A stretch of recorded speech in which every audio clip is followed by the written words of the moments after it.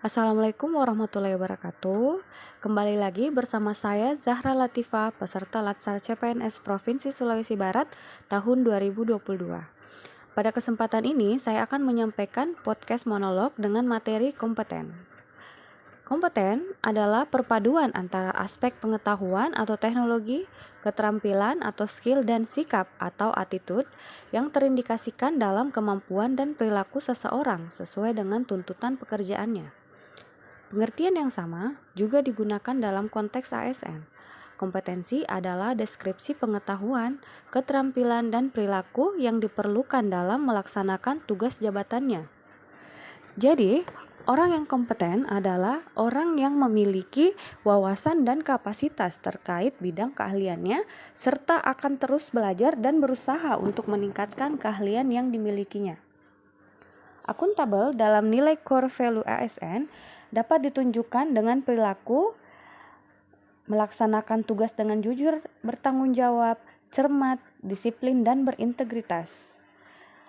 Yang kedua, menggunakan kelayakan dan barang milik negara secara bertanggung jawab, efektif, dan efisien.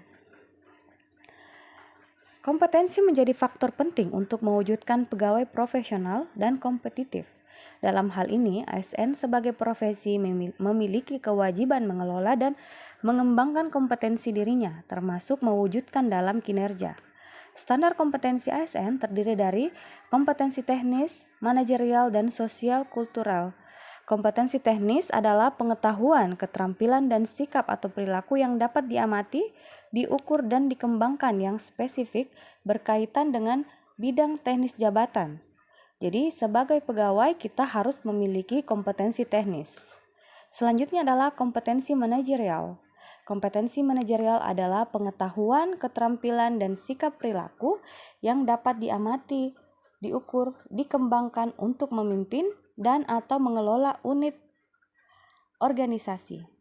Kompetensi manajerial apabila digabungkan dengan kompetensi teknis dan sosial kultural, maka akan menjadi faktor penentu keberhasilan organisasi yang terdiri dari integritas, kerjasama, komunikasi, orientasi pada hasil, pelayanan publik, pengembangan diri dan orang lain, mengelola perubahan, dan pengambilan keputusan. Mengapa kompetensi manajerial itu penting? Karena seluruh anggota tim dapat merasakan peningkatan kompetensi manajerial pemimpinnya. Koordinasi dan komunikasi lebih mudah, anggota lebih terbuka, anggota merasa dihargai, dan adanya keterikatan pegawai terhadap tim. Kemudian untuk kompetensi sosial kultural adalah pengetahuan, keterampilan, dan sikap atau perilaku yang dapat diamati, diukur, dan dikembangkan terkait dengan pengalaman berinteraksi dengan masyarakat majemuk dalam hal agama, suku, budaya, perilaku, wawasan kebangsaan, etika, nilai-nilai moral, emosi, dan prinsip yang harus dipenuhi setiap pemegang jabatan untuk memperoleh hasil sesuai dengan peran, fungsi, dan jabatan. Berdasarkan Peraturan Pemerintah Nomor 11 Tahun 2017, pengembangan kompetensi dapat dilaksanakan melalui mandiri oleh internal instansi pemerintah yang bersangkutan atau bersama dengan instansi pemerintah lain yang memiliki akreditasi untuk melaksanakan pengembangan kompetensi tertentu dan bersama dengan lembaga pengembangan kompetensi yang independen. Dalam undang-undang yang mengatur tentang aparatur sipil negara pada pasal 70 ayat 1 menyebutkan bahwa setiap ASN memiliki hak dan kesempatan untuk mengembangkan kompetensi antara lain melalui pendidikan dan pelatihan, seminar, kursus, dan penataran yang harus dievaluasi oleh pejabat yang berwenang dan digunakan sebagai salah satu dasar dalam pengangkatan jabatan dan pengembangan karir. Dalam mengembangkan kompetensi ASN, setiap instansi pemerintah wajib menyusun rencana pengembangan kompetensi tahunan yang tertuang dalam rencana kerja anggaran tahunan instansi masing-masing. Untuk menentukan kebutuhan pelatihan, ASN perlu dilakukan pemetaan kebutuhannya.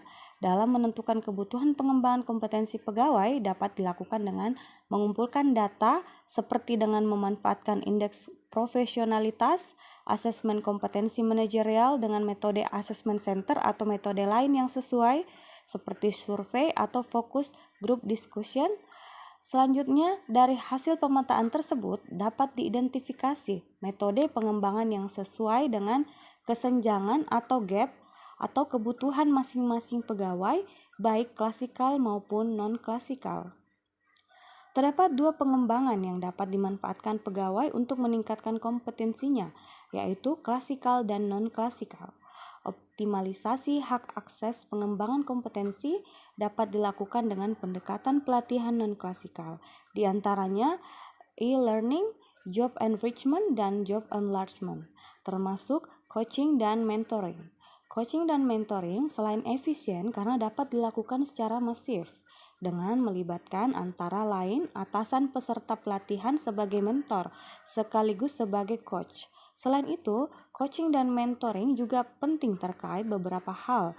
Yang pertama, meningkatkan kinerja individu dan kinerja organisasi.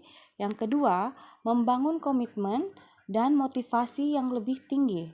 Yang ketiga, menumbuhkan kesadaran dan refleksi diri dalam pengembangan potensi diri.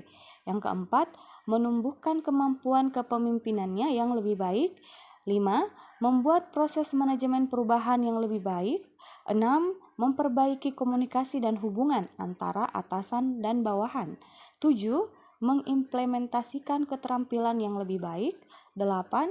Menumbuhkan budaya kerja yang lebih terbuka dan produktif.